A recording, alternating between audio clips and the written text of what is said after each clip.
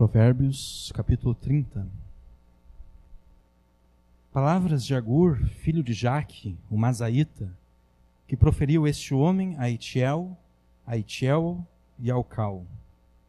Na verdade, eu sou o mais bruto dos homens, nem mesmo tenho conhecimento de homem. Nem aprendi a sabedoria, nem tenho conhecimento do santo. Quem subiu ao céu e desceu? Quem encerrou os ventos nos seus punhos? Quem amarrou as águas numa roupa? Quem estabeleceu todas as extremidades da terra? Qual é o seu nome? E qual é o nome de seu filho, se é que o sabes? Toda a palavra de Deus é pura, escudo é para os que confiam nele. Nada acrescentes às suas palavras, para que não te repreenda e sejas achado mentiroso.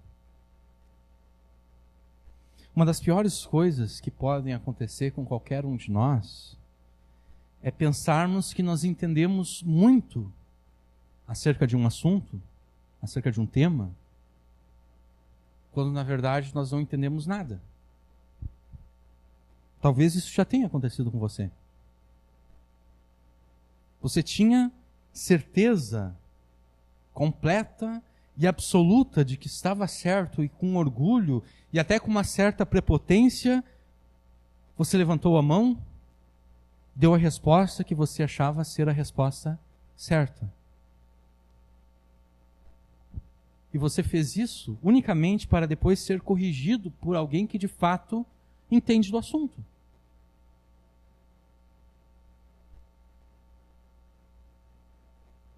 Isso é humilhante, né? Se isso já aconteceu com qualquer um de nós, nós nos sentimos humilhados naquele momento, nós nos sentimos envergonhados. A gente tem vontade de fugir, mas não tem para onde fugir, não tem onde se esconder. Esse tipo de arrogância, esse tipo de prepotência, que pensa que entende como de fato a vida neste mundo funciona, é um dos maiores pecados que nós podemos cometer. O pensar que nós entendemos como a vida neste mundo funciona. O simplesmente assumir que nós sabemos como a vida neste mundo funciona é um dos maiores pecados que nós podemos cometer. E este é um dos maiores pecados exatamente porque quando nós achamos que sabemos como a vida neste mundo funciona, nós estamos dizendo que na verdade nós não precisamos de Deus para nos ensinar. Nós estamos dizendo que nós não precisamos da palavra de Deus. Quando nós simplesmente assumimos que já sabemos como a vida neste mundo funciona, como nós devemos viver neste mundo, nós estamos dizendo que não precisamos de Deus. Nós estamos dizendo que não precisamos da sua palavra. E quando achamos que não precisamos de Deus e nem da sua palavra para vivermos este mundo, nós estamos desprezando a Deus e nós estamos rejeitando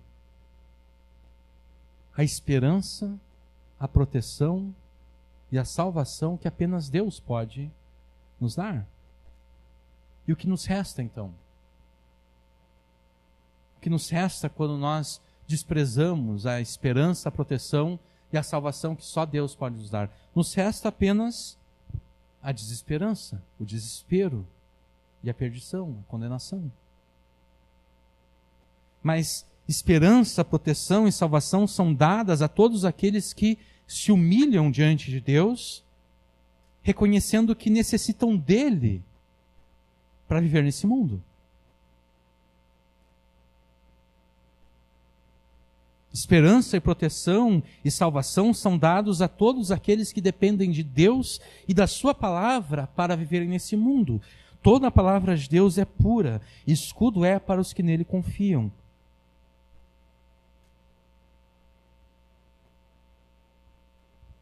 Nós temos que aprender de Deus a como viver nesse mundo. Nós temos que aprender com Deus a como viver neste mundo. E o primeiro passo para aprendermos de Deus é reconhecermos que nada sabemos.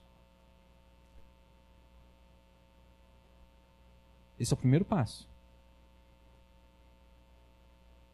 Mais ou menos como aquele exemplo que o pai sempre conta aqui, daquele amigo dele que sabia tocar violão. O cara ensaiava 4, 5, 6 horas por dia de violão. Uma pessoa que ensaia tanto é uma pessoa que é dedicada e, obviamente, é uma pessoa que sabe. Mas esse camarada foi aprender com um mestre argentino, e esse mestre argentino de violão disse, olha, para tu aprender comigo, tu vai ter que confessar, tu vai ter que reconhecer que tu não sabe nada. Tu não pode vir até aqui com os conceitos que tu tem acerca de teoria musical e teoria musical aplicada ao violão. Para aprender comigo, tu tem que esquecer isso, porque eu vou, obviamente, é isso que aquele mestre queria dizer, eu vou ir contra alguns paradigmas que se tem no mundo do violão.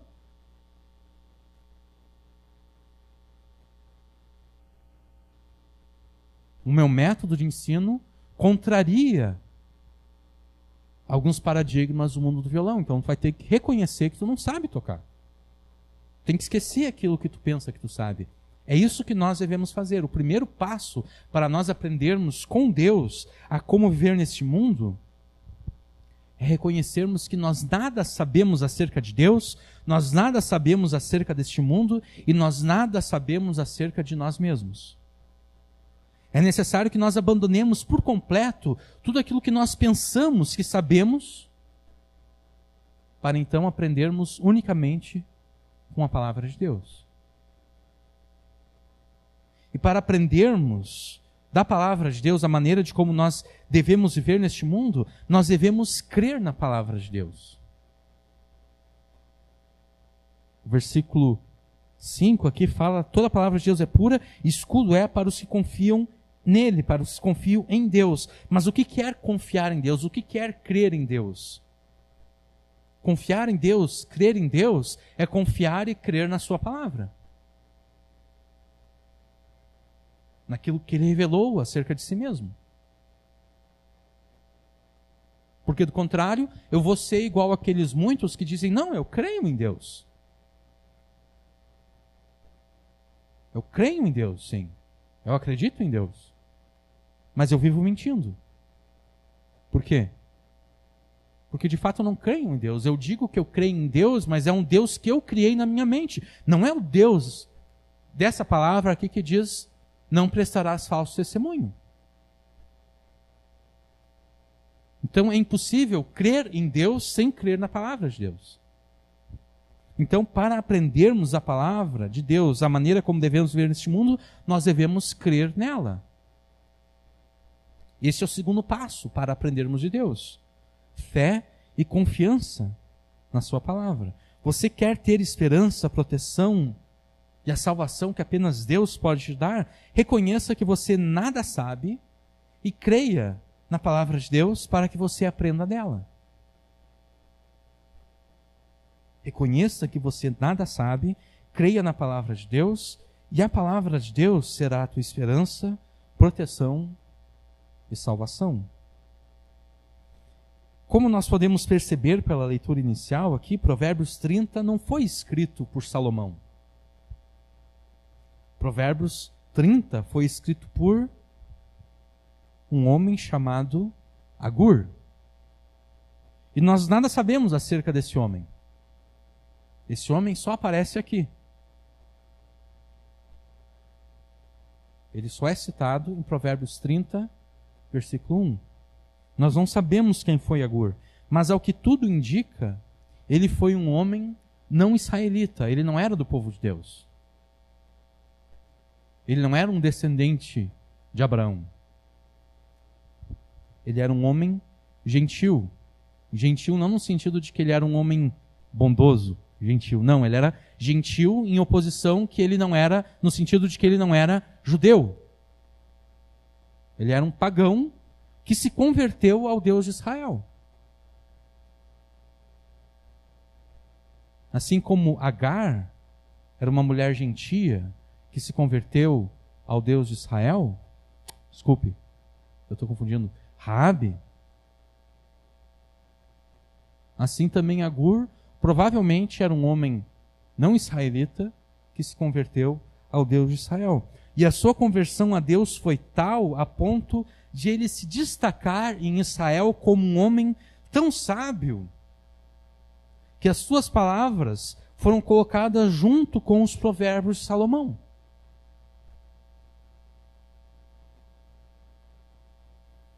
Na verdade, a palavra que nós lemos aqui no versículo 1, Mazaíta, ela pode significar duas coisas. Ela pode significar a cidade do nascimento de Agur, Massá, ou, mais provavelmente, essa palavra se refere àquilo que segue no capítulo 30.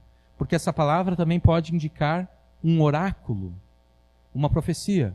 Por exemplo, se a gente abrir em Provérbios 31, versículo 1, próximo capítulo aqui,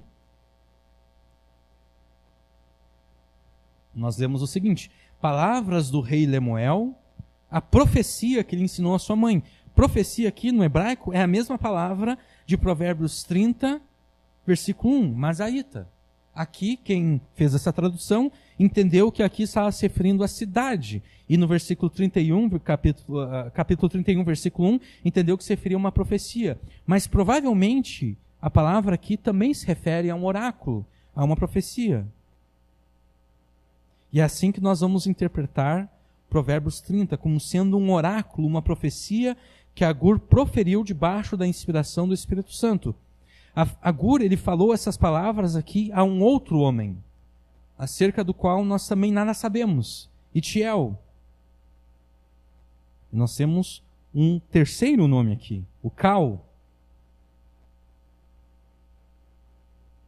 O Cal pode ser entendido também como uma segunda pessoa a quem Agur está falando, ou com maior probabilidade, o Cal não é o nome de uma pessoa, mas uma forma de expressar a Deus cansaço e exaustão. E antes de nós prosseguirmos aqui, é necessário que nós... é necessário uma rápida explicação por que todas essas dúvidas aqui, né? A gente não sabe se uma palavra se refere à cidade ou à profecia, a gente não sabe se o Cal é o nome de um terceiro homem aqui, ou se refere a uma expressão para expressar cansaço e exaustão. Por que nós temos essas dúvidas aqui? O hebraico bíblico, ele é muito diferente do português.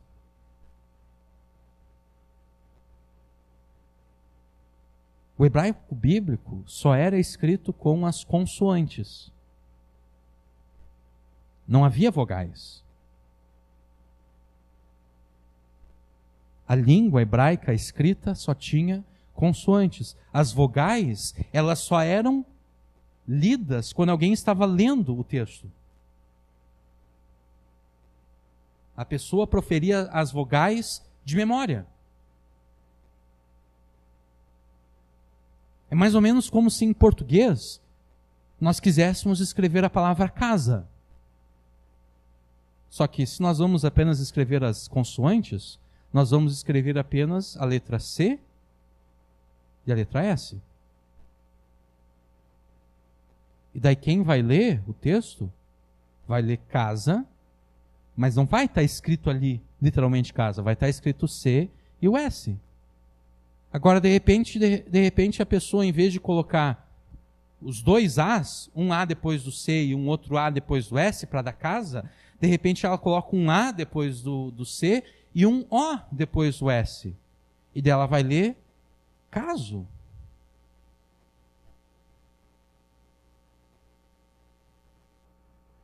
E daí esse caso aqui a gente vai ficar na dúvida se esse caso aqui é do verbo casar, eu caso, ou se é um caso. Fulano de tal teve um caso, ou a polícia resolveu o caso do assassinato. Ou ainda a gente encontraria as letras C, V, D. E daí a gente ficaria na dúvida, tá bom, essa pessoa aqui ela quis escrever côvado, né, colocando o O depois do C o A depois do V e um O depois de novo, depois do D, côvado, ou ela quis escrever cavado? Ou será que ela quis escrever ainda cevada?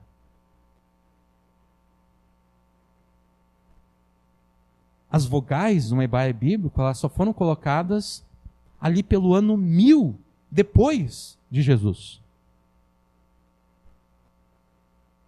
Fazem praticamente 1000 anos que os sinais vocálicos foram colocados no hebraico. Então, é por isso que nós não sabemos. Nós não sabemos o que de fato está aqui.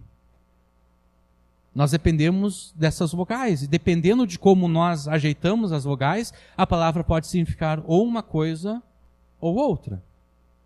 Então, por isso existem essas dificuldades aqui quando nós estamos tratando acerca das línguas bíblicas, especialmente o hebraico. Mas nós não estamos aqui para um curso de introdução ao hebraico bíblico, né? Nós estamos aqui para ouvirmos a pregação em Provérbios 30. Então vamos voltar ao texto.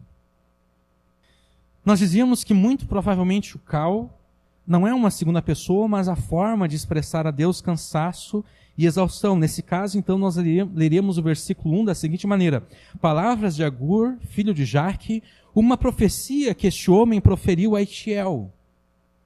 Estou exausto, ó Deus, estou quase desmaiando. Então, interpretando o Cal como uma forma de expressar cansaço, exaustão, desmaio. Por que Agur estava cansado? Por que Agur estava exausto, e a ponto de desmaiar? Versículo 2. Na verdade, eu sou o mais bruto dos homens, nem mesmo tenho conhecimento de homem. Agur estava cansado, exausto e estava quase desmaiando porque ele teve um encontro com a sua própria estupidez e idiotia.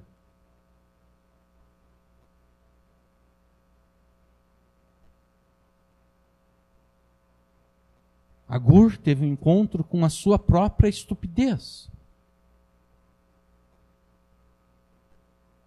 Com as estupidezas que ele cria, que ele falava e que ele fazia. Ele teve um encontro com as idiotices que ele cria, que ele falava e que ele fazia. E isso deixou ele cansado, isso deixou ele exausto, isso deixou ele a ponto de desmaiar. Agur afirma ser o mais bruto de todos os. Bruto aqui é como se ele dissesse: eu sou quase como um animal. A minha estupidez, a minha idiotice, a minha burrice são tais que eu sou quase como um animal, eu sou um bruto.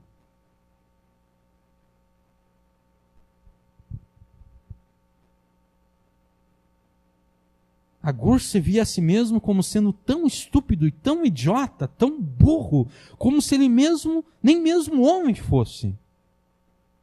Nem tem o conhecimento de homem. Aquilo que um ser humano deveria de conhecer, eu não conheço, eu não sei.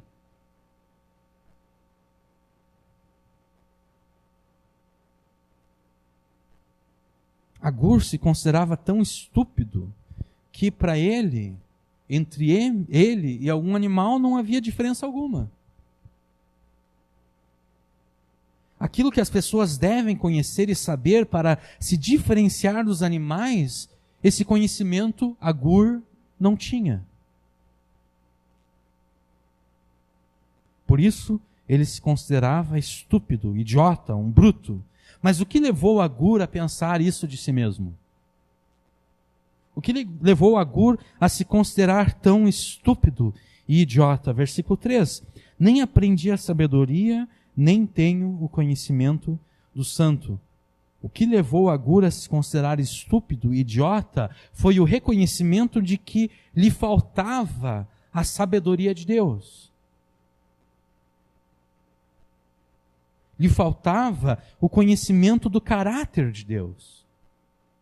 Lhe faltava o conhecimento da lei de Deus para que ele, Agur, pudesse viver neste mundo.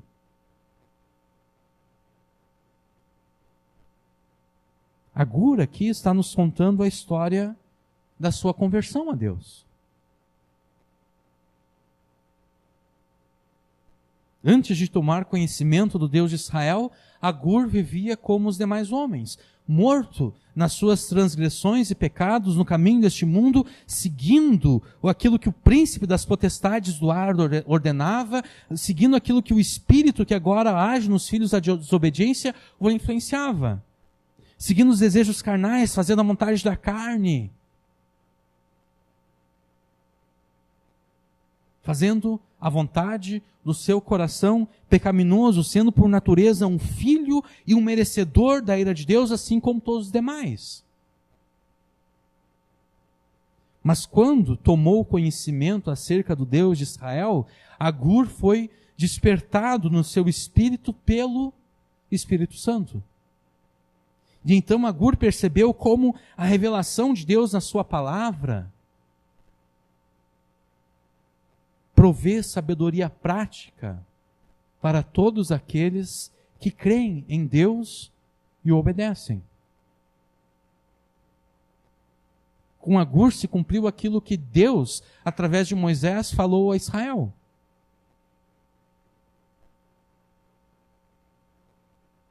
Falando acerca das leis de Deus, acerca da lei de Deus, Moisés disse que as nações ao redor de Israel veriam aquelas leis e diriam como este povo é um povo sábio, como Deus este povo é um Deus sábio, que deu a eles leis tão sábias, tão justas e tão boas.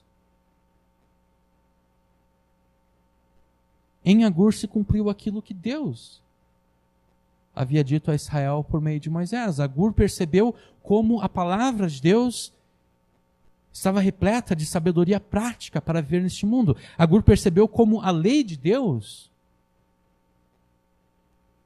era sábia em nos ordenar aquilo que nós deveríamos fazer e aquilo que nós não deveríamos fazer. Agur percebeu que tudo aquilo que ele sabia antes de ter conhecido o Deus de Israel, tudo aquilo que ele sabia antes, não passava de estupidez e idiotice. É desse tipo de conversão que nós precisamos. Uma conversão semelhante à conversão de Agur. Porque que tipo de conversão a Jesus é essa? Que nós não passamos a considerar tudo que antes sabíamos acerca deste mundo, de como viver neste mundo, como sendo estupidez e idiotice. Que tipo de conversão a Jesus é essa? Que a gente considera que tudo aquilo que a gente sabia antes continua sendo válido. Tudo aquilo que a gente sabia antes não era estupidez, não era idiotice, continua sendo válido. A gente pode continuar vivendo da mesma forma que a gente vivia antes. A gente pode continuar crendo nas mesmas coisas que a gente cria antes. Que tipo de conversão é essa?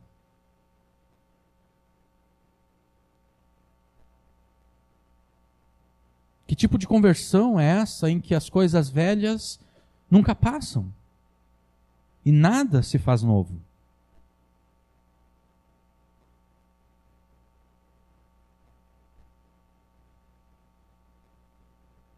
Agur não. Agur de fato experimentou uma conversão a Deus. Ele olhou para a palavra de Deus, ele viu a sabedoria de Deus e ele disse: antes eu era como um animal. Tamanha a minha estupidez, tamanha a minha idiotice. Nem homem eu era, nem ser humano eu era.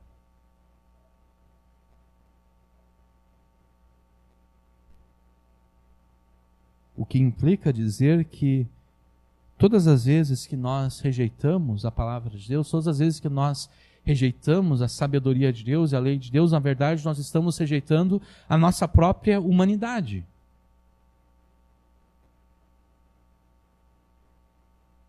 Todas as pessoas que rejeitam a Deus e a palavra de Deus se tornam sub-humanas, se tornam menos do que seres humanos. Elas se rebaixam a si mesmas. Elas se fazem semelhantes aos animais, que nada sabem.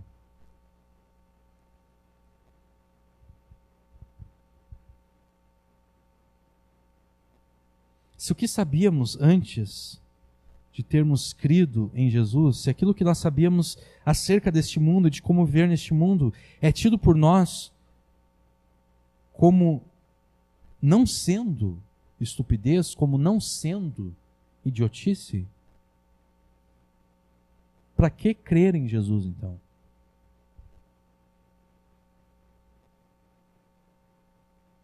Se eu vou crer em Jesus para continuar crendo as mesmas coisas que eu cria antes, se eu creio em Jesus para continuar fazendo as mesmas coisas que eu fazia antes, se eu creio em Jesus para continuar considerando aquilo que eu sabia antes como sendo verdadeiro e válido, para que crer em Jesus então? Porque a fé em Jesus como sendo o caminho, a verdade e a vida só faz sentido se o que sabíamos antes era um caminho, sim, mas não um caminho para a verdade que liberta para a vida eterna. A fé em Jesus como sendo o caminho, a verdade e a vida só faz sentido se o que sabíamos antes era um caminho para a mentira que escraviza para a morte eterna. Se não consideramos o que sabíamos antes de termos crido em Jesus acerca deste mundo e acerca de como viver neste mundo, se não consideramos aquilo que sabíamos antes como sendo estupidez e idiotice, então nós ainda não nos convertemos a Deus por meio de Jesus.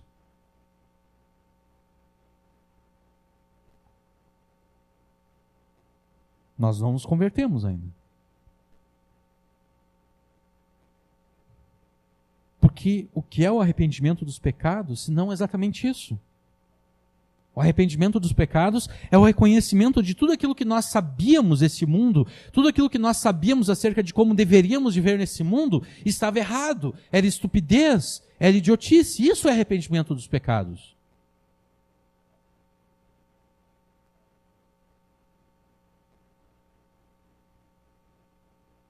Agora, se eu continuo considerando aquilo que eu sabia antes como sendo verdadeiro e válido, eu não me arrependi.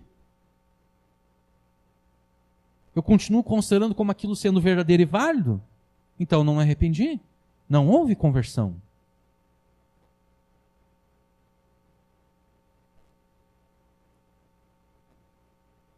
Que de fato nós nos arrependamos de tudo aquilo que fizemos no passado, considerando o nosso estilo de vida como sendo realmente estúpido e idiota. Arrependimento e conversão a Deus nada mais é do que considerar o nosso estilo de vida antigo como sendo estúpido e idiota, da mesma forma como Agur fez aqui. E que quando nós pregarmos o Evangelho, nós sejamos francos o suficiente para mostrar aos nossos familiares e amigos que eles, com todo respeito, são estúpidos e idiotas. Porque não há como eles serem salvos sem que antes eles reconheçam que são estúpidos e idiotas, que são brutos, que não são diferente dos animais que, por terem rejeitado a Deus durante toda a sua vida, rejeitaram a própria humanidade que Deus lhes deu. Se rebaixaram a ponto de se tornar semelhantes aos animais brutos, idiotas e estúpidos que nada sabem acerca de Deus.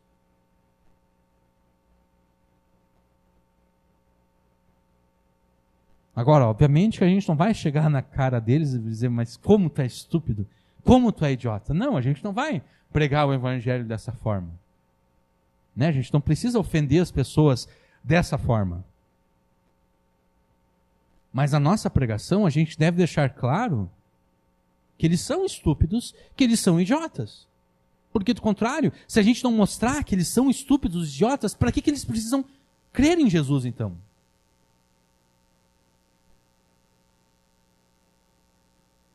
Vai ser como alguém falou acerca de uma pessoa. Ah, aquela pessoa lá ela é boazinha, ela é tão boa, só falta Jesus. Se ela é boa, não falta Jesus. Se aquela pessoa é boa, ela não precisa de Jesus. Se existe alguém bom nesse mundo, Se existe alguém que naturalmente não é estúpido e idiota do ponto de vista espiritual, essa pessoa não precisa de Jesus. Jesus só veio para os estúpidos. Jesus só veio para os idiotas do ponto de vista espiritual. Jesus só veio para os doentes, não para aqueles que se acham sãos. Né? Se eu percebo que está tudo bem com a minha saúde, para que eu vou gastar dinheiro indo no médico? Não tem razão. Eu não estou sentindo dor nenhuma, não estou sentindo nenhum tipo de desconforto. Para que eu vou gastar dinheiro no médico? Não, o médico é para os doentes. Jesus é para os pecadores. Jesus é para aqueles que são estúpidos o suficiente para viverem em pecado. Jesus é para aqueles que são idiotas o suficiente para viverem em pecado.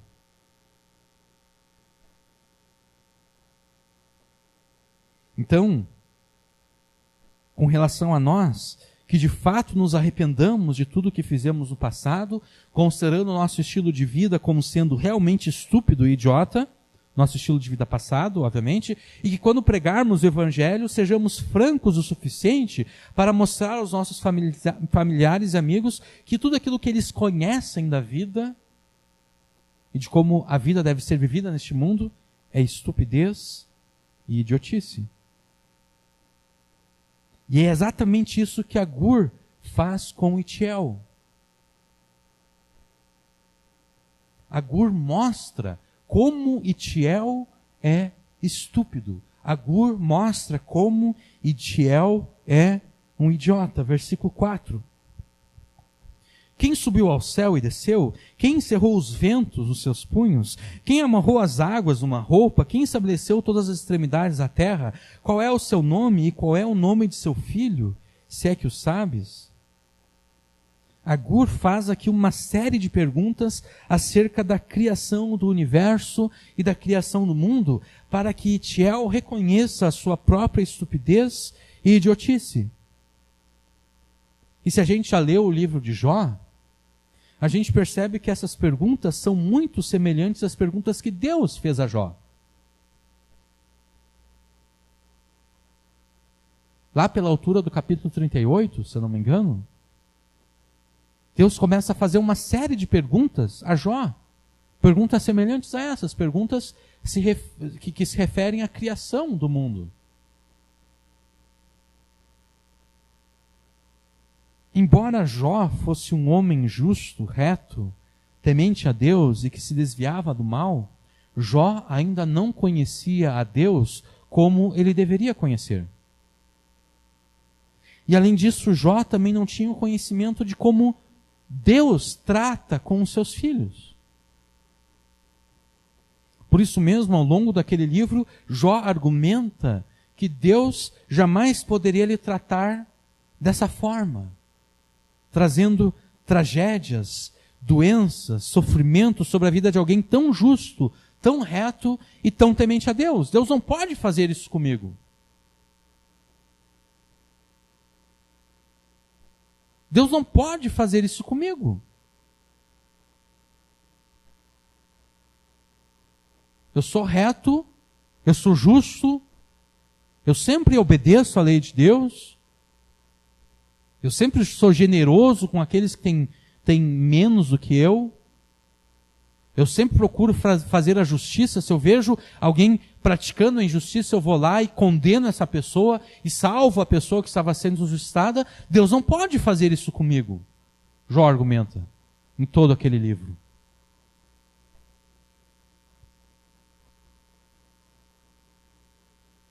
Deus, então, na sua misericórdia, se revela a Jó.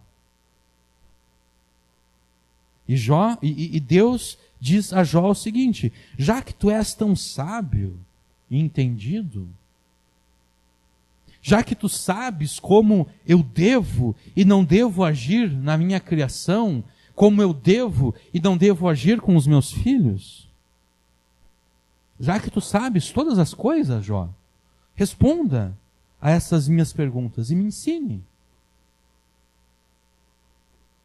Ensine ao teu Deus a tua grande sabedoria. E então Deus começa a fazer a Jó uma série de perguntas semelhantes a essas. Onde tu estavas, Jó, quando eu criei as estrelas do céu? Já que tu entende tudo? Onde tu estavas quando eu criei os monstros marinhos? Tu consegue entender o comportamento deles? Tu consegue entender por que esses monstros marinhos se comportam do jeito que eles se comportam? Tu consegue entender por que a criação funciona da forma como eu a fiz funcionar? Explica para mim, já que tu é tão sábio. Me ensina.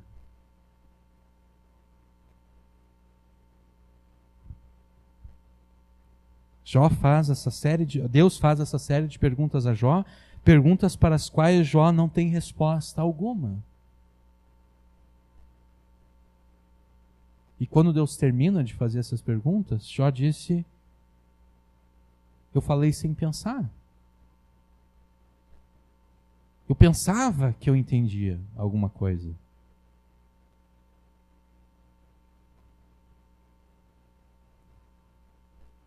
Deus usou aquela série de perguntas para, por assim dizer, colocar a Jó no seu devido lugar. E é o mesmo que Agur faz aqui com seu amigo Itiel. Agur está colocando Itiel no seu devido lugar, mostrando que Itiel é tão estúpido e tão idiota quanto Agur era no passado. E por consequência é isso que Agur está fazendo conosco também. Agur quer nos mostrar que nós, ou pelo menos aqueles que não creem em Deus, que rejeitam a Deus, são tão estúpidos e tão idiotas quanto um dia ele, Agur, foi. Essas perguntas aqui não visam esclarecer como os fenômenos naturais do universo e deste mundo ocorrem. A pergunta aqui não diz respeito a explicar como as coisas ocorrem. As perguntas dizem respeito a quem determinou que essas coisas ocorressem da forma como elas ocorrem. E por que elas ocorrem da forma como elas ocorrem? Por que elas não ocorrem de forma diferente?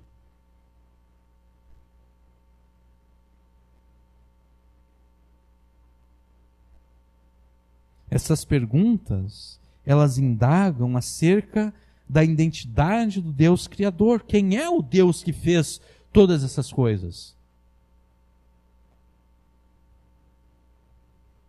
E nós poderíamos nos perder aqui tratando acerca das contrariedades que existem entre o entendimento criacionista cristão, de que Deus é o Criador do universo, Deus é o Criador deste mundo, Deus é o nosso Criador, e do entendimento secular das origens do universo e da vida.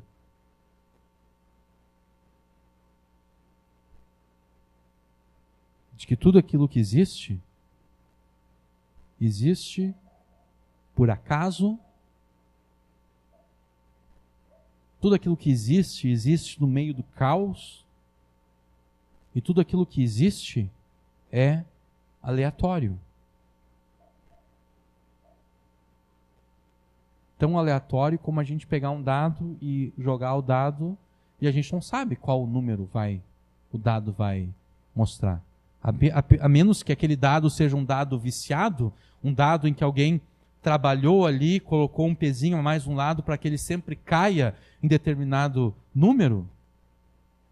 Se não for um dado viciado, a gente nunca sabe qual vai ser o número que o dado vai dar. Ou a gente pode até pensar numa moeda, né? Jogar cara ou coroa.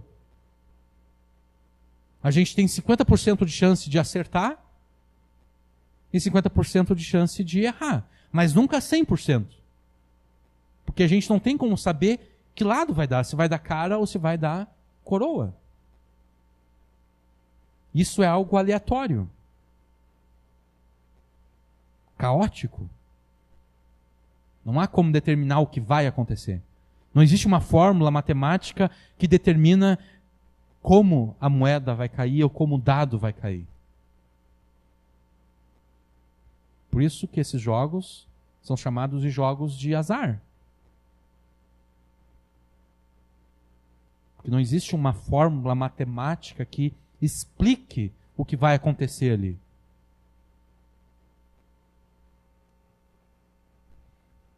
Nós poderíamos então, já que o versículo 4 está indagando acerca da identidade do Deus Criador, nós poderíamos nos perder aqui tratando acerca das contrariedades que existem entre o entendimento criacionista cristão e o entendimento secular das origens do universo. O entendimento secular se baseia no caos, se baseia na aleatoriedade, se baseia no acaso. Mas nós não vamos nos perder nesse debate porque nós vamos citar apenas duas palavras. E essas duas palavras são propósito e dignidade. No final, tudo se resume a essas duas palavras: propósito e dignidade. Se supormos que Deus não seja o Criador nem deste mundo, e nem de nós, da humanidade, então não existe nenhum propósito em tudo aquilo que existe. O secularismo, que nega a existência de Deus como o Criador do universo, como o Criador da humanidade, não pode atribuir propósito nem ao universo e nem à humanidade. Porque aquilo que acontece de forma aleatória, em meio ao caos, pela própria definição da palavra, não pode, em hipótese alguma, possuir propósito algum. Porque propósito tem a ver com planejamento. Propósito tem a ver com planejamento. Propósito tem a ver com a execução daquilo que foi planejado. Nós construímos uma casa porque nós queremos nos proteger do frio, porque nós queremos nos proteger do calor, porque nós queremos nos proteger da chuva. E ao mesmo tempo, nós queremos ter um lugar confortável para descansarmos com o máximo de privacidade possível. É por isso que nós construímos uma casa. É por isso que nós misturamos cimento, areia com água, e daí usamos essa mistura para assentarmos os tijolos que vão formar as paredes e assim por diante. Há um propósito por trás daquilo que nós estamos fazendo. A gente não mistura o cimento com areia e com água e com brita porque a gente pensa, eu vou misturar isso aqui e vou ver o que vai dar. Não, a gente sabe o que vai dar e a gente está fazendo de propósito. Há um planejamento por trás de tudo aquilo que a gente faz quando nós construímos uma casa. E antes de começar a construir, a gente pensa, bom, eu quero 3 quartos na minha casa. Um desses quartos eu quero que tenha um banheiro dedicado só a esse quarto. E além desse banheiro, vai ter um outro banheiro para as outras pessoas da casa. Eu também quero ter uma cozinha. Por quê? Porque eu preciso comer. Eu preciso ter um lugar onde eu possa preparar a minha comida. Eu quero também ter uma sala de jantar. Por quê? Porque eu preciso de uma mesa, cadeira, para que a gente possa se assentar e comer aquilo que a gente preparou na cozinha. Eu também quero ter uma sala de estar, para que a gente possa relaxar, sentar num sofá, numa poltrona, ficar na frente da televisão, olhando televisão, Netflix ou YouTube, ou tanto faz. Eu também quero ter uma área de serviço, porque eu preciso lavar as minhas roupas. Eu também quero ter uma garagem, porque eu não quero deixar o meu carro na beira da estrada. Quer dizer, existe um planejamento por trás. Eu pensei como eu quero a minha casa, eu planejei como eu quero a minha casa, e eu estou construindo. E no final, quando aquela casa estiver pronta, qualquer pessoa que olhar aquela casa e entrar nela, ela vai pensar, poxa vida, essa pessoa aqui, ela pensou ao construir essa casa. Ela pensou na disposição dos aposentos e tudo mais, como seria o tamanho de cada aposento e assim por diante. Mas o que aconteceria se nós juntássemos o cimento, a areia, a água, a madeira, os pregos, com dinamite e explodíssemos tudo? Eu pego o cimento, areia, água, madeira, prego, tudo que eu vou usar na construção da casa, as telhas. Eu dinamito aquilo ali e explodo. O que aconteceria se nós explodíssemos tudo e dali saísse uma casa? Nós estamos aqui, obviamente, ignorando o fato de que, por tudo aquilo que nós entendemos acerca de dinamite e de explosões, dessa mistura explosiva jamais resultaria uma casa. Nós estamos ignorando isso.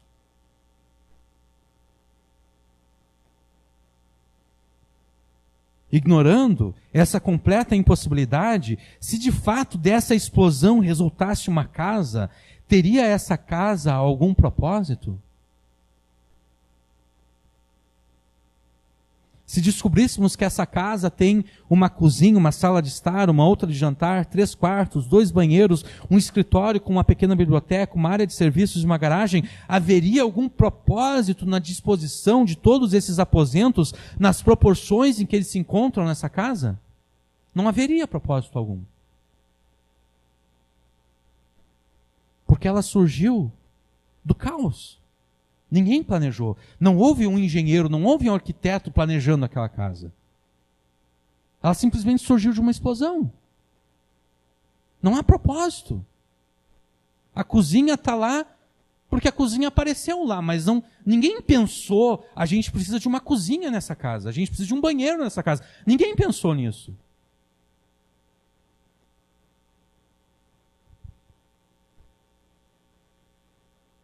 Não haveria nenhum propósito nessa casa, porque ela não foi construída de forma ordenada, ela não foi planejada, a execução dela não foi de acordo com o planejamento de um engenheiro ou arquiteto.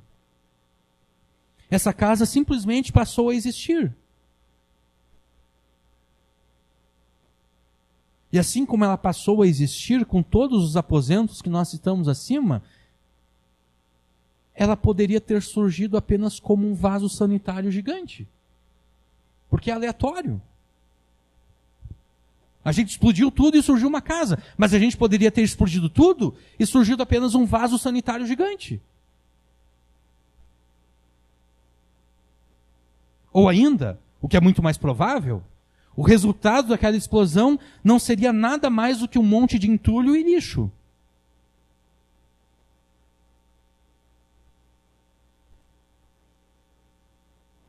Quando nós trocamos o planejamento e a execução desse planejamento por aquilo que é caótico e aleatório, não existe diferença entre uma casa e um monte de entulho e lixo. Vocês conseguem perceber isso? Porque da explosão surgiu uma casa, mas poderia ter surgido um monte de entulho e lixo. A gente não sabe o que ia surgir. A gente virou uma moeda para cima. Caiu cara, poderia ter caído coroa. A gente jogou o dado, poderia ter caído 1, 2, 3, 4, 5, 6. Se for aqueles dados que tem mais lados, poderia ter caído qualquer um número. A gente explodiu tudo, saiu uma casa. Mas a gente poderia ter explodido tudo e saiu um monte de lixo e entulho. Quando a gente abandona a ideia de planejamento e execução daquilo que foi planejado, não existe diferença entre uma casa e entulho. É a mesma coisa. Ninguém planejou aquela casa, ninguém planejou aquele entulho. Simplesmente aconteceu.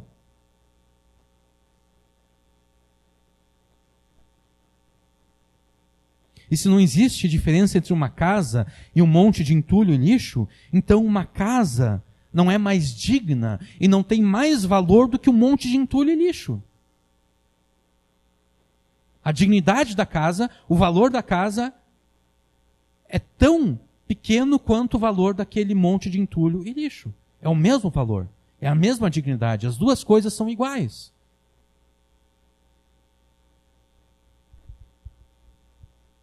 E aqui nós voltamos à mensagem de Provérbios 26, quando nós aprendemos que para pregarmos o Evangelho de forma fiel e eficaz, nós devemos fazer duas coisas. Em primeiro lugar, nós devemos fazer uma apresentação positiva do Evangelho, explicando tudo aquilo que o Evangelho diz e tudo aquilo que o Evangelho nos ensina acerca de Deus, de nós mesmos, do pecado e do juízo eterno. E, em segundo lugar, nós devemos fazer uma crítica à cosmovisão do incrédulo para o qual nós estamos pregando, para que ele perceba que a sua cosmovisão é incoerente e impraticável. Ora, se a cosmovisão secular, que nega a existência de Deus como o Criador do universo e da humanidade, se para essa cosmovisão secular não existe diferença entre uma casa que surgiu de uma explosão e um monte de entulho e lixo, então não existe diferença de dignidade e valor entre uma e outra coisa. Isso significa que para a cosmovisão secular não existe diferença entre vida e morte. As duas coisas são a mesma coisa. Do nada surgiu a vida, mas do nada poderia ter surgido a não-vida, do nada poderia ter surgido a morte, do nada, nada precisaria ter acontecido. Então não existe diferença entre existência e não existência, não existe diferença entre vida e morte, é a mesma coisa. Assim como não existe diferença entre uma casa que surgiu de uma explosão e o entulho que surgiu de uma explosão, não existe diferença entre a vida que surgiu da aleatoriedade, do caos, e não existe diferença entre a morte que surgiu do caos. Não existe diferença entre vida e morte. Uma coisa não é melhor do que a outra. A vida não é melhor do que a morte, e a morte não é pior do que a vida. Estar vivo não é melhor do que estar morto. Salvar a vida não é melhor do que tirar a vida. Proteger alguém não é diferente de matar alguém.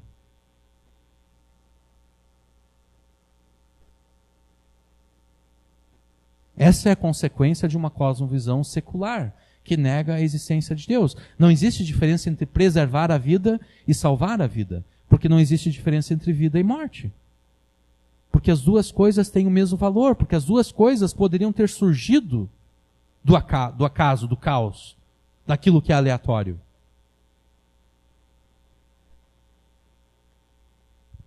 Ou seja, a cosmovisão secular jamais pode argumentar a favor da dignidade e do valor da vida humana, mais do que poderia argumentar a favor da dignidade e do valor daquilo que não existe.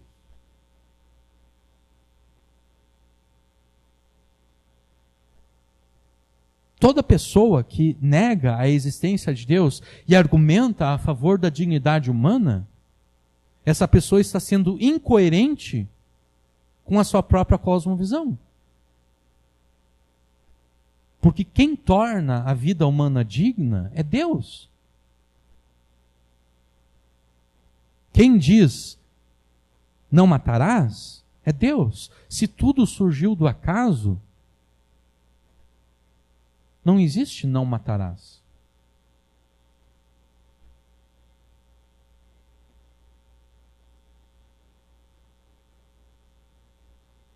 Dizendo de uma outra forma, alguém que professa a cosmovisão secular, essa pessoa não pode ficar indignada diante das atrocidades que uma pessoa comete contra outra. Por quê? Porque para o secularismo não existe diferença entre existência e não existência, entre vida e morte, entre prazer e dor, entre bem e mal, entre o certo e o errado. Logo, alguém que professa o secularismo não pode exigir justiça pelo assassinato de uma pessoa que lhe é muito querida. Não tem porquê.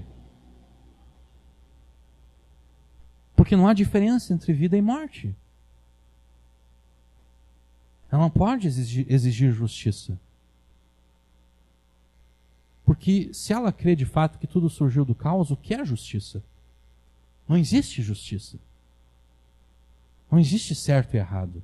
Porque para os átomos não existe certo e errado.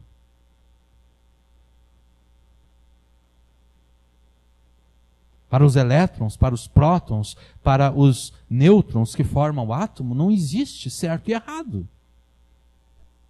Um átomo não pode mentir e nem falar a verdade.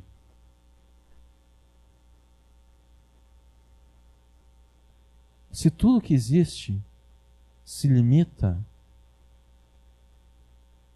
a esse reino físico dos átomos, então não existe justiça, não existe diferença entre nada. Tudo é a mesma coisa.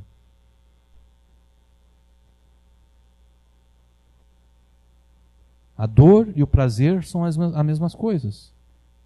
O bem e o mal é a mesma coisa.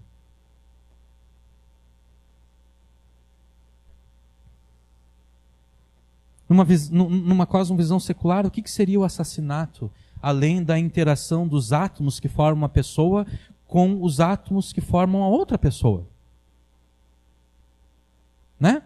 Eu sou formado de átomos, peguei uma faca, que também é formada de átomos. Na semana passada eu assassinei o Valmir, hoje eu vou assassinar o João Batista. Aí eu chego ali no João Batista, que também é formado de átomos, e dou uma facada nele.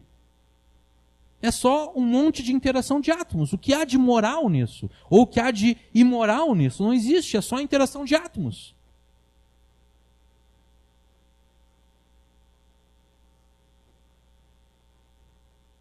O assassinato ou estupro não passam de um conjunto de átomos interagindo com outro conjunto de átomos.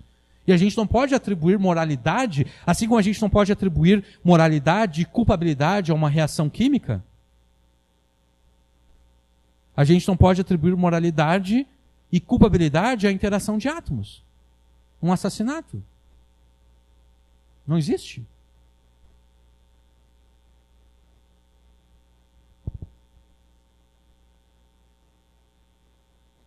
Se assumirmos uma cosmovisão secularista, afirmando que tanto o universo quanto a humanidade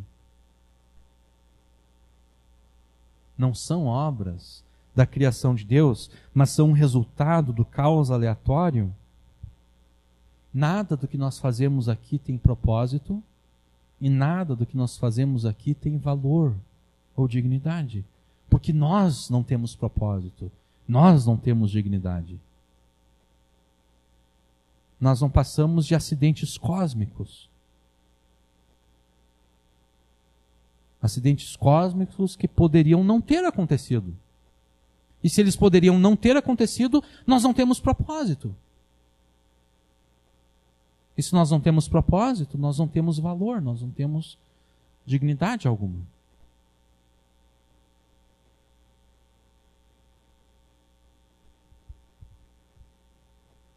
E se de fato nós vivermos esse mundo como se não tivéssemos propósito nem valor, em uma hora nós transformaríamos este mundo num verdadeiro inferno. Porque se a gente pensa que esse mundo é mau, ele não é tão mau quanto poderia ser. Ele só não é mais mau porque as pessoas que assumem o secularismo não colocam o seu secularismo em prática. Elas são incoerentes. Elas querem viver o seu secularismo em alguns aspectos da vida, mas em outros aspectos elas querem roubar daquilo que a cosmovisão bíblica ensina.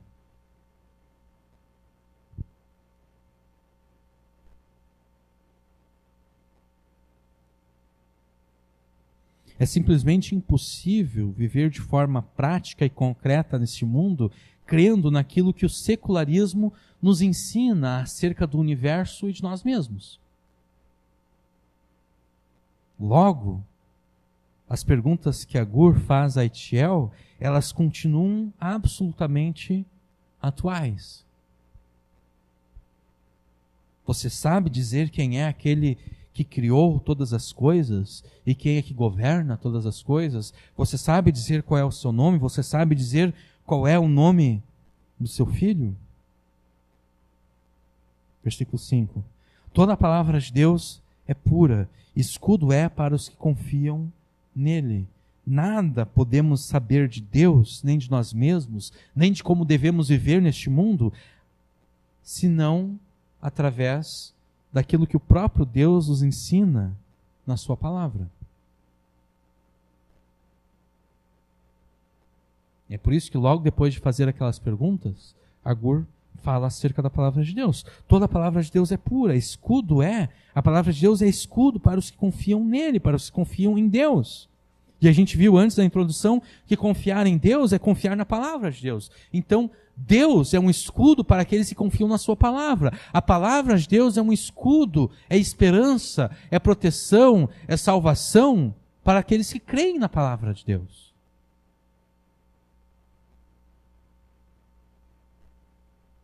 E como nós precisamos de esperança, proteção e salvação.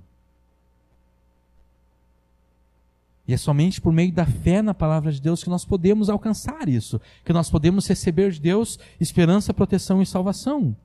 Mas o que é crer na palavra de Deus? Crer na palavra de Deus é obedecer à palavra de Deus. Não poderia ser mais simples do que isso.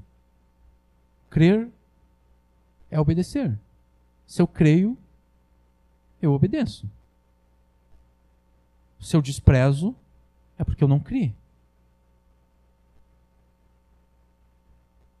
Eu já contei para vocês aquela história de quando eu fui na dentista.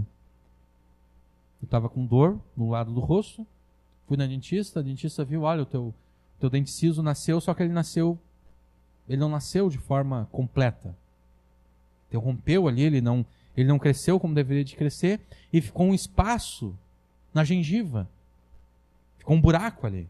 E naquele buraco ali, quando tu come, a comida fica armazenada ali. Quando tu vai escovar os dentes, tu não alcança ali, aquela comida fica presa ali, e as bactérias que todos nós temos na boca, aquelas bactérias se alimentam daquela comida que ficou parada ali, e isso causou uma infecção. E é por isso que tu está sentindo essa dor. Aí o que ela falou para mim? Eu vou te receitar um antibiótico para curar essa infecção. E daí tu vai procurar esse cirurgião dentista aqui, ó. Ela me indicou lá um outro. Ela não era cirurgiã dentista, né? Ela só era dentista. Ela me indicou um cirurgião dentista. Tu vai lá, marca a cirurgia, ele vai arrancar esse dente ciso aqui, daí vai resolver o teu problema.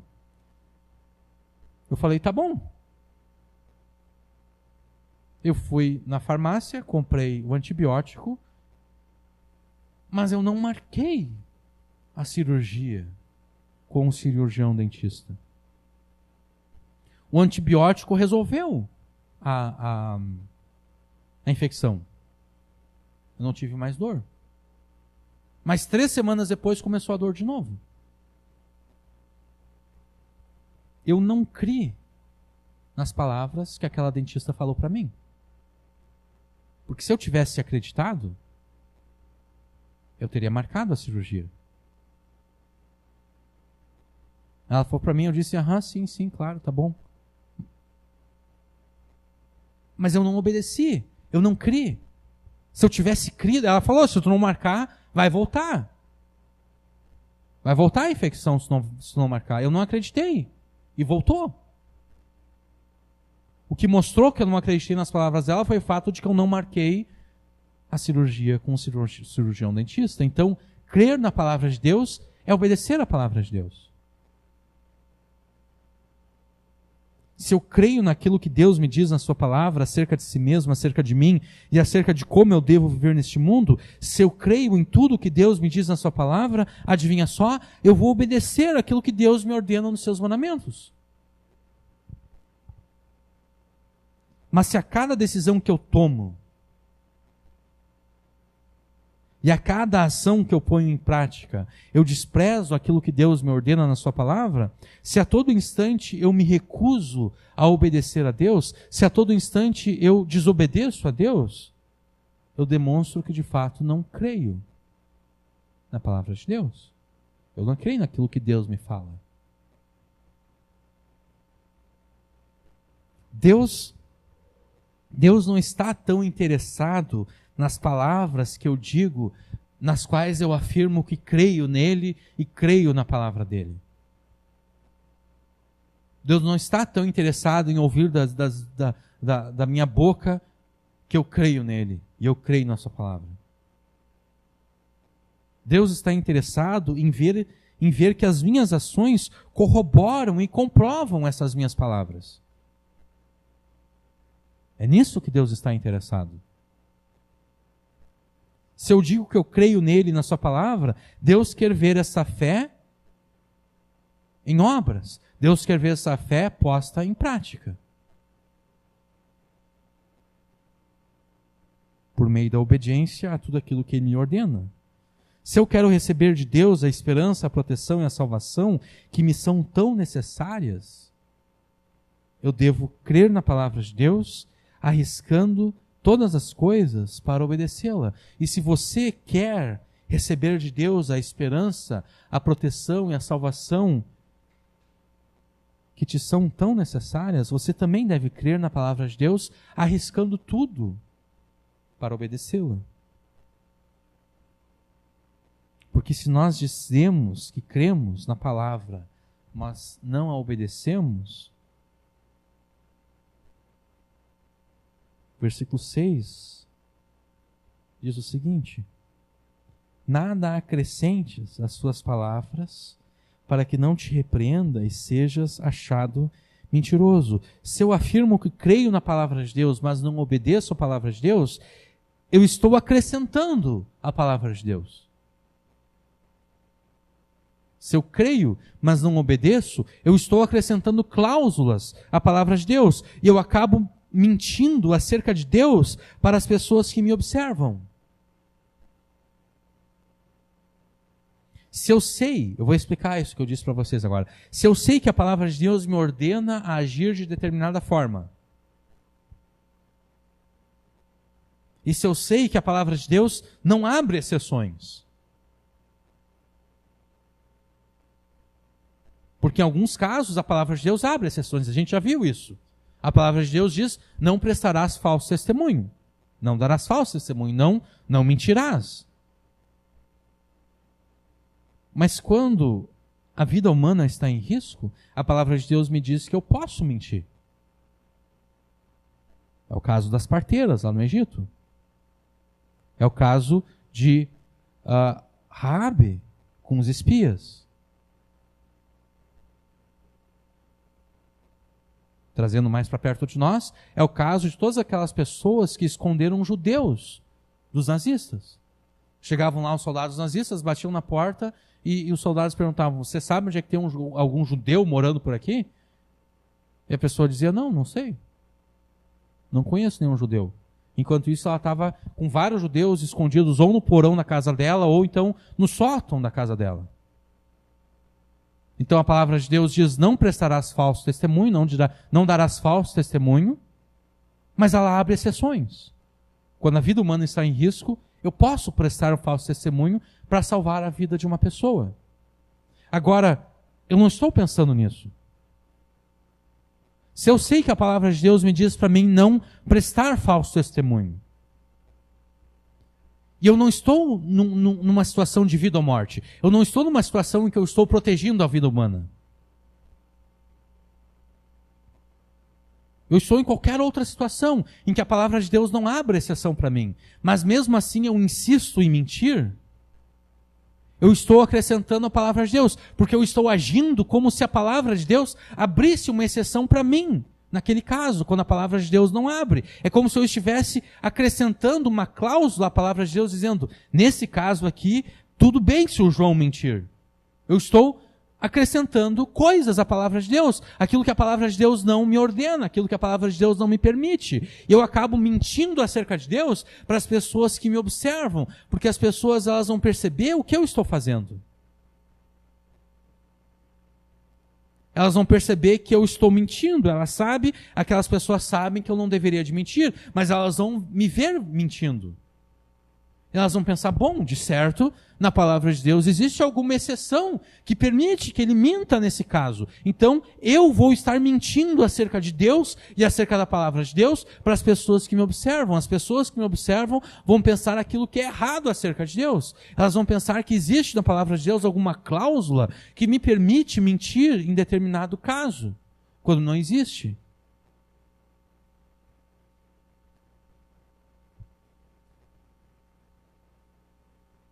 Toda a palavra de Deus é pura, escudo é para os que confiam nele. Nada acrescentes às suas palavras, para que não te repreenda e sejas achado mentiroso. Que nós não sejamos culpados de para justificar os nossos pecados, acrescentar cláusulas à palavra de Deus, que nós não sejamos culpados de, para justificar os nossos pecados, nos tornarmos mentirosos, que enganam aos outros, quanto a quem Deus é e aquilo que Deus ordena, que não sejamos culpados de, para justificar os nossos pecados, atentarmos contra a pureza e a sabedoria de Deus, porque se nós formos culpados dessas coisas, nós seremos merecedores da mais severa repreensão de Deus. Que venhamos a reconhecer que nada sabemos. E que somente a fé na palavra de Deus, que se mostra na obediência a ela, pode nos dar esperança, proteção e salvação. E é por isso mesmo que nós devemos cultivar uma vida de oração a Deus. Versículos 7, 8 e 9. 2 coisas te pedi. Não me negues elas antes que eu morra. Afasta de mim a vaidade e a palavra mentirosa. Não me des nem a pobreza e nem a riqueza. Mantém-me no pão da minha porção de costume, para que porventura, estando farto, não te negue e venha dizer, quem é o Senhor?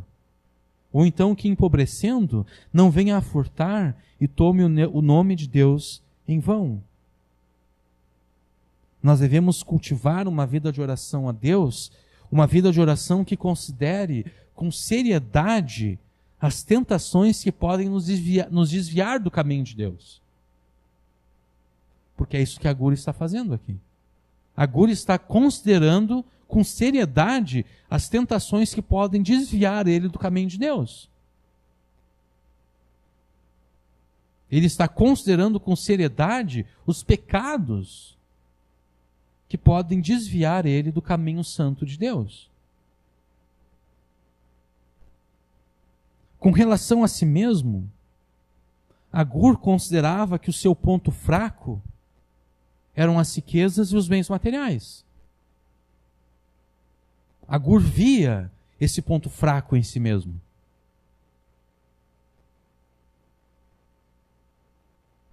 Ele sabia que o ponto fraco dele, onde a tentação poderia pegar ele de jeito,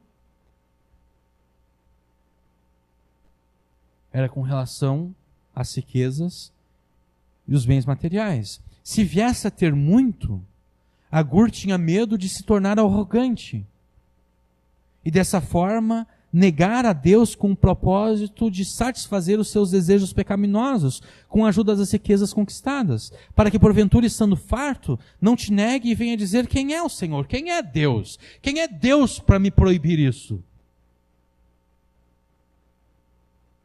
Quem é Deus para impedir que eu possa usufruir das riquezas que Ele mesmo me deu?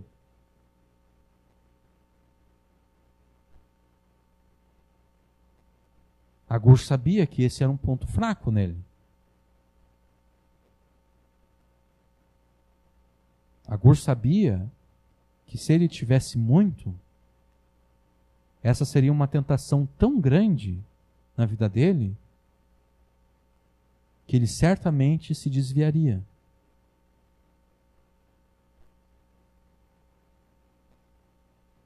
E se viesse a ter pouco, Agur tinha medo de se voltar para o roubo, para sustentar a si mesmo e a sua família.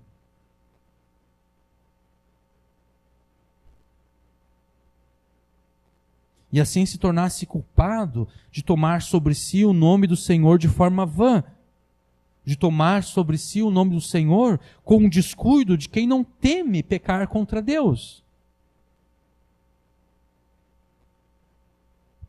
Por isso mesmo, nas suas orações a Deus, Agur pedia que Deus lhe desse apenas o necessário para sobreviver. Eu não quero que o Senhor me dê nem muito e nem pouco. Eu não quero que o Senhor me faça enriquecer, mas eu também não quero que o Senhor me faça empobrecer, porque eu conheço os meus pontos fracos. Eu sei onde eu sou fraco. Eu quero que o Senhor me dê apenas aquilo que eu tenho necessidade. Nem muito e nem pouco. Talvez o ponto fraco de cada um de nós seja semelhante ao ponto fraco de Agur, mas talvez não seja.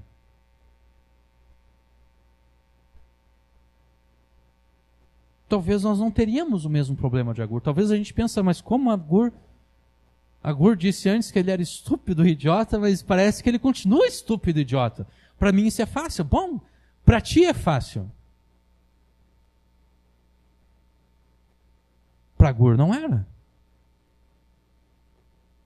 E é exatamente esse o ponto. Agur, ele tinha tanto conhecimento de Deus, da palavra de Deus, e ele aprendeu tanto da palavra de Deus acerca de si mesmo, que ele reconheceu em si mesmo os seus pontos fracos.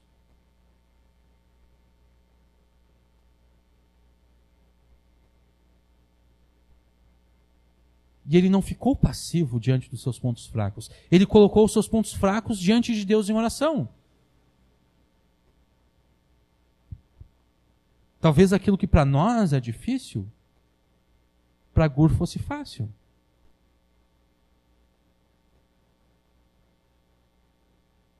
Todos nós temos pontos fracos diferentes.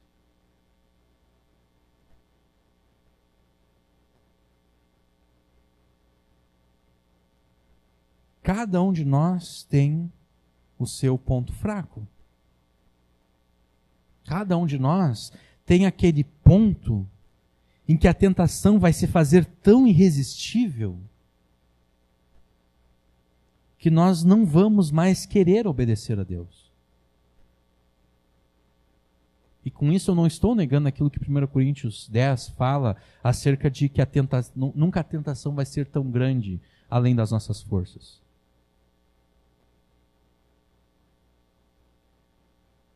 O nosso ponto fraco é aquele em que nós não vamos mais querer obedecer a Deus. Esse é o ponto fraco. Não é de uma tentação tão grande que venceu a nossa vontade de não pecar. É uma tentação tão poderosa que faz com que nós queiramos pecar. Essa é a questão. Não é uma tentação tão forte, a gente está resistindo à tentação, mas aí a tentação se faz tão forte que ela consegue vencer a nossa resistência. Não, é uma tentação para a qual não existe resistência. É uma tentação para a qual a gente não quer resistir. É disso que nós estamos tratando aqui. Porque a tentação para a qual a gente resiste é uma tentação relativamente fácil de ser vencida. A tentação que é impossível de ser vencida é aquela tentação para a qual nós não temos resistência.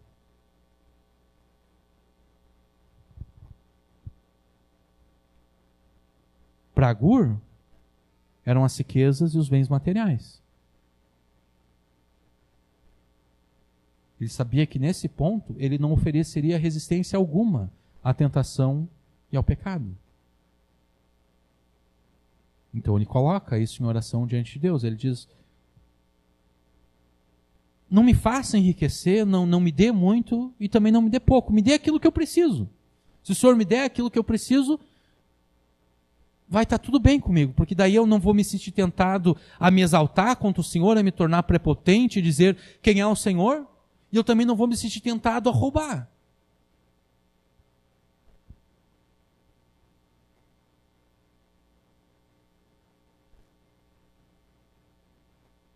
Todos nós temos pelo menos um ponto fraco que nos torna sujeitos a esse tipo de tentação para a qual não existe resistência.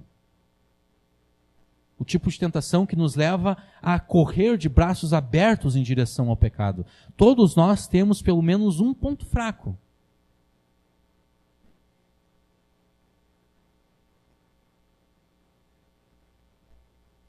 E é nosso dever descobrir qual é este ponto fraco. Nós vamos descobrir este ponto fraco através da palavra de Deus. Quando nós aprendermos acerca daquilo que a palavra de Deus fala acerca de nós mesmos. É nosso dever aprender qual é esse ponto fraco nosso, e é o nosso dever, depois de ter aprendido, orar a Deus para que Ele providencie para nós aquilo que nos é necessário, para que jamais aquela tentação se mostre irresistível e fatal a ponto de nos derrubar sem resistência alguma. Porque é isso que Jesus ensinou quando Ele nos ensina a orar para que Deus não nos conduza em tentação.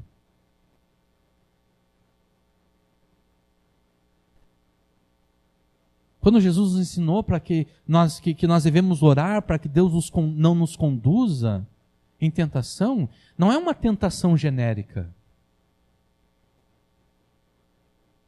É essa tentação aqui, é essa tentação desse ponto fraco.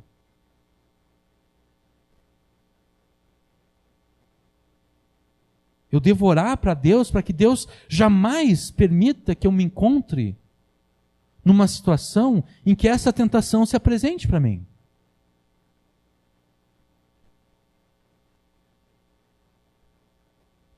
É isso que Jesus ensinou na oração que Ele disse que os seus discípulos deveriam de fazer. É isso que a Gura está nos ensinando aqui.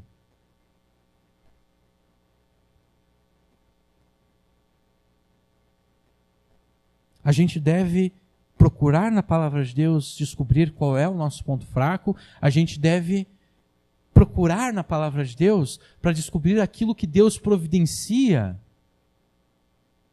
para que nós possamos vencer esse ponto fraco, e nós devemos orar para que então Deus jamais nos coloque nessa posição, e para que Deus providencie para nós aquilo que nos é necessário para que essa tentação jamais se mostre irresistível. É o que Agur fez. Não me dê nem a pobreza e nem a riqueza. Só me dê aquilo que eu preciso para viver. Você já descobriu qual é o teu ponto fraco?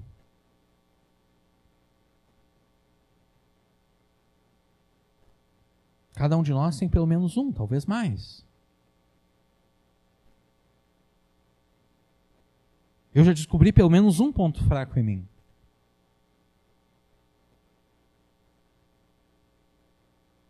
É meu dever, então, tendo descoberto este ponto fraco, orar a Deus para que Deus jamais me coloque numa situação em que aquela tentação se mostre irresistível. E eu devo orar para que Deus providencie para mim aquilo que pode me salvar dessa tentação.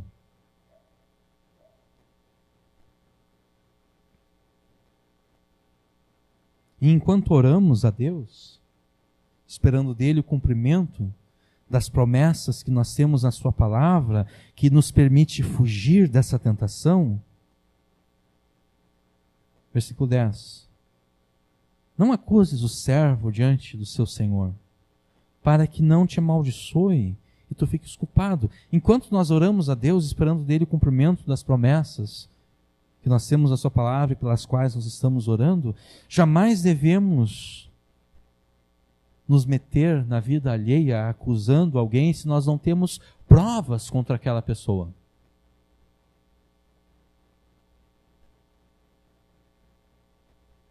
Versículos 11 até o 14. Há uma geração que amaldiçoa seu pai e que não bendiz a sua mãe. Há uma geração que é pura aos seus próprios olhos, mas que nunca foi lavada da sua imundícia. Há uma geração cujos olhos são altivos e as suas pálpebras são sempre levantadas. Há uma geração cujos dentes são espadas e cujas queixadas são facas para consumirem da terra os aflitos e os necessitados entre os homens. Também não devemos nos juntar àqueles que desprezam a seus pais, que justificam os seus pecados e cuja prepotência os leva a consumir os pobres e fracos para roubarem os seus bens. Enquanto nós oramos a Deus, nós não devemos nos juntar a essas pessoas. Versículos 15 e 16. A sanguessuga tem 2 filhas, dá e dá. Essas 3 coisas, elas são iguais às filhas das sanguessugas, elas nunca se fartam. E com a 4ª nunca dizem basta. A sepultura, a madre estéril, a terra que não se farta de água e o fogo nunca dizem basta. nós não devemos ser como as pessoas insaciáveis. Nós não devemos ser como as pessoas que querem cada vez mais para si. Nós não devemos ser como as pessoas que colocam a sua esperança nas riquezas e nas posses materiais. Porque a ganância nunca se satisfaz. A pessoa que é gananciosa, ela nunca se satisfaz. Ela é gananciosa e daí ela conseguiu aquilo que a ganância dela pedia. Mas ela não se satisfaz, ela quer mais. É dar e dar, ela quer mais, ela não se farta, ela não se cansa de cada vez mais. Por quê? Porque a sua esperança está naquilo que ela deseja, a sua esperança está nos bens materiais, nas posses materiais. Que a nossa esperança esteja em Deus, então nós seremos satisfeitos. Ou com muito que Deus nos deu, ou com pouco que Deus nos deu. Em Deus, nós sempre estamos satisfeitos. Porque a vida de um ganancioso é uma vida triste.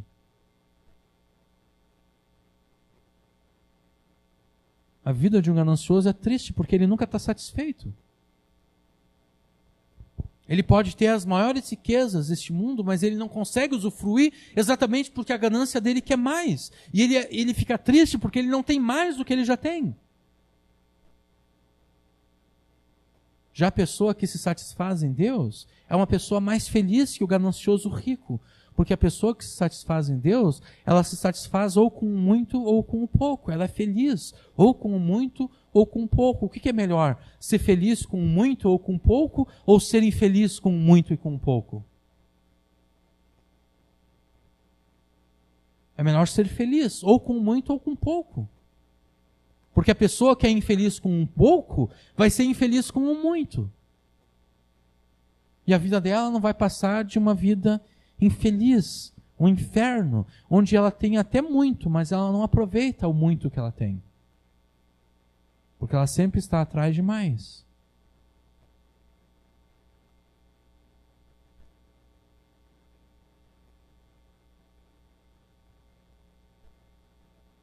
É mais ou menos como em alguns filmes ou seriados que a gente já viu, em que a gente tem um homem ou uma mulher bem-sucedido no seu emprego, um emprego bom, um emprego que paga bem.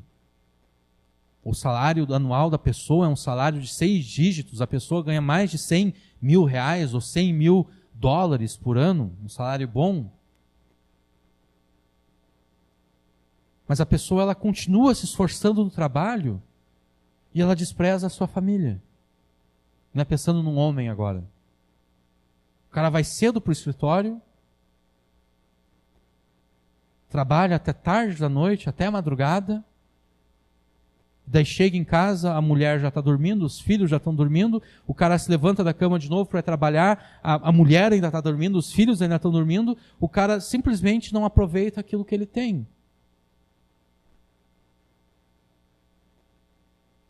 E daí a mulher se sentindo desprezada pelo marido, daqui a pouco ela descobre um homem que não é tão rico assim, não é tão bem sucedido, mas o cara pelo menos dá atenção para ela e dá atenção para os filhos dela. E daí, de repente, o homem, aquele que se matava tanto trabalhando, descobre que a mulher dele está tendo um caso e que a mulher agora quer separação. Quer dizer, o cara nunca esteve satisfeito e agora o cara está perdendo aquilo que era mais importante para ele.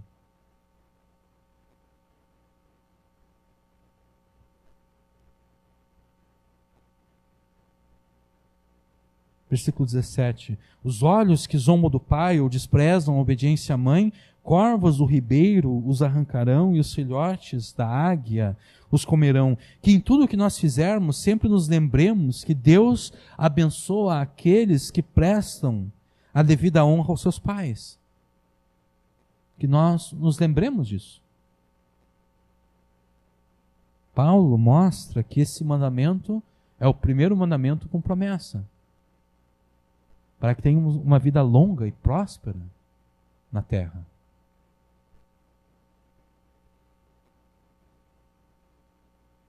Versículos 18 e 19. Essas 3 coisas me maravilham, e 4 há que não conheço: o caminho da águia no mar, o caminho da cobra na penha, o caminho do navio no meio do mar e o caminho do homem com uma virgem. Que saibamos reconhecer a sabedoria de Deus na forma em que Ele criou e governa este mundo, e que saibamos encontrar satisfação em vivermos neste mundo segundo a sua determinação. Versículo 20, o caminho da mulher adúltera é assim: ela come, depois limpa a sua boca e diz: não fiz nada de mal. Que temamos a Deus o suficiente para reconhecermos os nossos pecados e os confessarmos, sem negar que o tenhamos feito e sem tentar justificar aquilo que fizemos.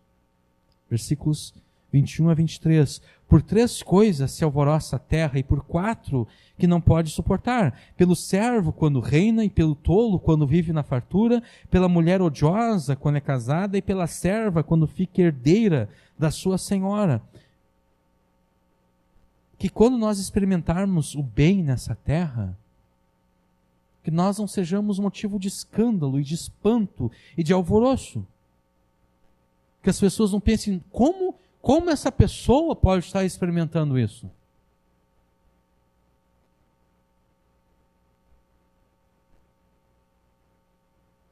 Que as pessoas não pensem: eu conheço esse cara, ele faz tudo errado.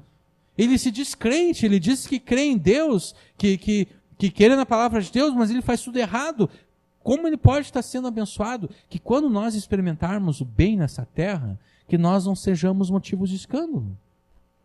Que as pessoas não ficam: como isso pode estar acontecendo com essa pessoa? Não, que as pessoas de fato reconheçam: não, esse cara aqui está experimentando aquilo que ele plantou. Ele fez aquilo que era correto. Ele agiu de forma correta. Ele nunca mentiu, ele nunca enganou. Ele sempre se portou, sempre fez aquilo que era certo. E quando experimentemos o bem nessa terra, não sejamos motivo de espanto, alvoroço e escândalo, que demos razões para que as pessoas que nos observem se voltem para Deus quando nós formos abençoados. Versículo 24 até o 28. Essas 4 coisas são das menores da terra, porém bem providas de sabedoria. As formigas são um povo forte, não são um povo forte. Todavia no verão preparam a sua comida. Os coelhos são um povo débil, e contudo eles põem a sua casa na rocha. Os gafanhotos não têm rei, não têm comandante, e contudo todos saem em bandos e se repartem. A aranha se pendura com as mãos, mas ela está nos palácios dos reis. Que nós não nos importemos tanto com as limitações que encontramos em nós mesmos, mas que confiemos que Deus nos dará força para superarmos todas as limitações com as quais Ele nos criou, porque as limitações que temos são as limitações com as quais Deus nos criou.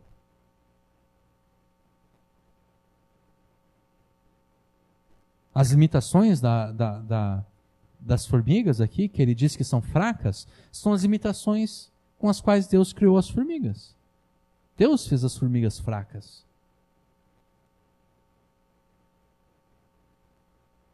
Deus é que criou de forma limitada os coelhos, como um povo débil, como um tipo de animal que também não é muito forte. E a gente pode pensar, com relação às formigas, com relação às abelhas, existe uma hierarquia, né? Tem a formiga, que é a rainha, né? Tem a abelha, que é a abelha mãe, a abelha rainha, ela está no topo da hierarquia. Já com relação aos gafanhotos, eles não têm hierarquia nenhuma. E, no entanto, quando eles voam tal como um exército, que marcha numa formação perfeita.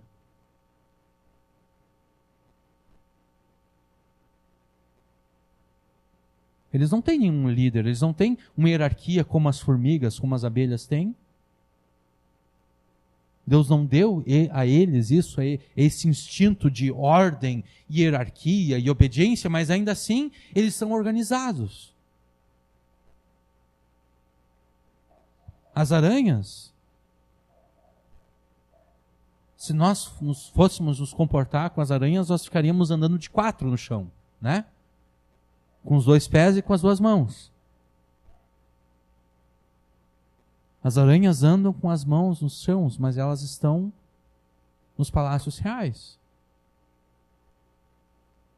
Elas andam com as mãos no chão, mas elas estão no centro do poder, onde as decisões são tomadas. Que nós, então, não nos importemos tanto com as limitações com as quais Deus nos criou. Pelo contrário, que nós confiemos que Deus nos dará força para superarmos essas limitações. Da mesma forma que as formigas, os coelhos, os gafanhotos e as aranhas superam as suas limitações. Versículos 29 até o 31. Esses 3 têm um bom andar e 4 passeiam airosamente. O leão, mais forte entre os animais, que não foge de nada, o galgo, o bode também, e o rei, a quem não se pode resistir.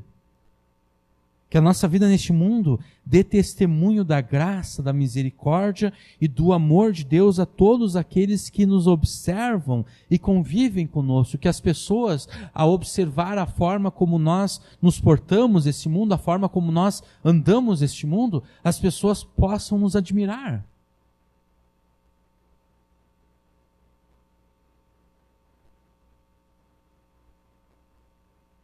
Que as pessoas possam reconhecer a graça, a misericórdia, o amor de Deus em nós, na maneira como nós vivemos e andamos neste mundo. Versículos 32 e 33. Se procedeste loucamente, exaltando-te, e se planejaste o mal, leva a mão à boca. Porque o mexer do leite produz manteiga. O espremer do nariz, se alguém te dá um soco no nariz, isso produz sangue. Assim, o forçar da ira produz contenda. Que jamais planejemos o mal para nos vingarmos. E se chegamos a planejar o mal, que jamais coloquemos este mal em prática. Porque nós devemos nos lembrar daquilo que foi dito na semana passada, na pregação da semana passada. Deus nos deu a capacidade para a ira, não para que nós nos vingássemos a nós mesmos. Deus nos deu a capacidade para a ira para que tivéssemos energia e disposição para desfazer as injustiças que são cometidas e restabelecer a justiça de Deus nesse mundo. Por isso que Paulo escreveu: irai-vos, mas não pequeis. Não se põe o sol sobre a vossa ira, por quê? Porque a ira veio e tu resolveu o problema. O problema foi resolvido, não precisa ir dormir irado. O problema foi resolvido. Não se põe o sol sobre a tua ira. A ira veio, tu resolveu o problema, não há mais razão para a ira. A ira já cumpriu o propósito pela qual Deus deu. Você teve energia e capacidade para fazer aquilo que é certo, para desfazer a injustiça e para restabelecer a justiça de Deus neste mundo. Que não cometamos mais o erro de pensar que entendemos de um assunto quando de fato não entendemos nada. Que não cometamos esse erro. Que rejeitemos tudo aquilo que antes de conhecermos a Jesus nós sabíamos acerca deste mundo. Que nós rejeitemos tudo aquilo que antes de Jesus nós sabíamos deste mundo e como deveríamos viver neste mundo. Que nós venhamos a aprender unicamente da palavra de Deus a como deve ser a nossa vida. Aqui e agora. Que obedeçamos a Deus, que obedeçamos a palavra de Deus. E que na nossa obediência à palavra de Deus, tenhamos a promessa de que a própria palavra de Deus, o próprio Deus, se fará a nossa esperança, proteção e salvação. cada dia que passa, nós percebemos o quanto somos necessitados da esperança que apenas Deus pode nos dar, da proteção e da salvação que apenas Deus pode nos dar. Que você também se dê conta disso. Que você se dê conta disso. De quão necessitado você é da esperança, da proteção, da salvação que apenas Deus pode dar. Que você se dê conta de que a única forma de receber essa esperança, proteção e salvação é por meio da fé na palavra de Deus. Não uma fé que diz crer, mas desobedece. Não, uma fé que afirma crer e mostra essa fé na obediência. Mostra a crença na obediência. Reconheça que você nada sabe, creia na palavra de Deus, e a palavra de Deus e Deus será a tua esperança, proteção e salvação.